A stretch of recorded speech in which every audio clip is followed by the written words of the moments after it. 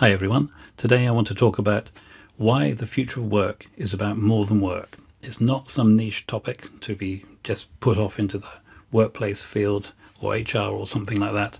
It's really about how work fits into society and how the structures of work that we have affected the way society has evolved and what needs to change. Well, from the industrial age, we've had this historic separation of homes from work, and really because work was noisy, smelly, dirty, dangerous and antisocial in all kinds of ways, and also a quest to get better housing.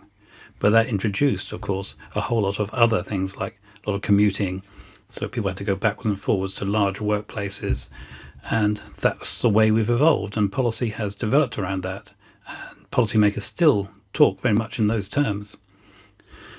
It's also been the case that in the 20th century, the growth of very large employers, very large state employment as well, has created structures of work where it's expected that throughout life we will work in employment, being employees, and not necessarily for one employer anymore, but for a series of them. And that is how things are, it's how people expect things to be, it's how they often expect investment to take place. And it's because of how we have evolved. All this is changing, though. It's also about the division of life into three periods that we've had, sort of pre-work involving education, at first only to 16 or 14 really, and then 16 and then 18, and now into university for about half the population. And after that there's work through to when you retire, and then there's after work. That is changing too with people's lives and changing aspirations in life. What we're seeing now is the decentralization of work, and this is going to continue.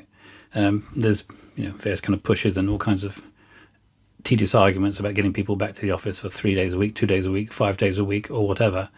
But the fact is that work can be done in many more places than it used to be done, and that is going to make a difference, and it should make a difference to how we have policies that affect a whole range of things. So we've got this decentralization of work. What we're going to see is a whole lot of more immersive technologies for enabling the communication experience to support not only work interaction but also social interaction. And this will affect how we relate to each other, what we do where.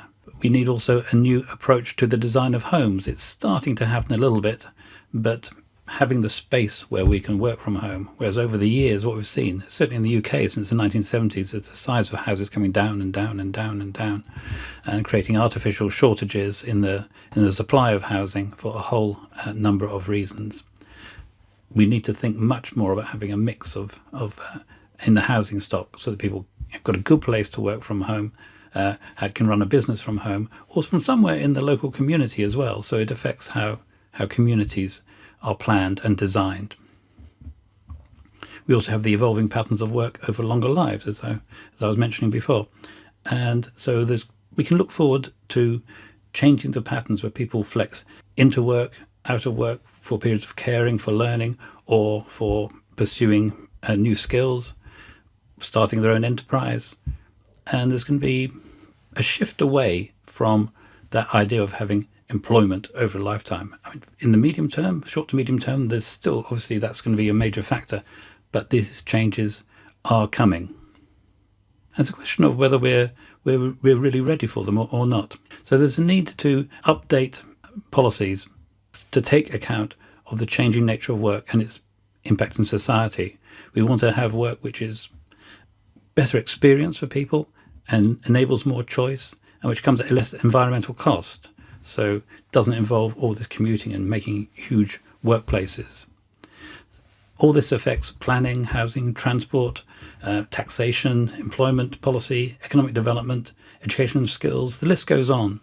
So the future of work affects much more than work, and we need to think much more creatively about creating the policies that will enable this transition.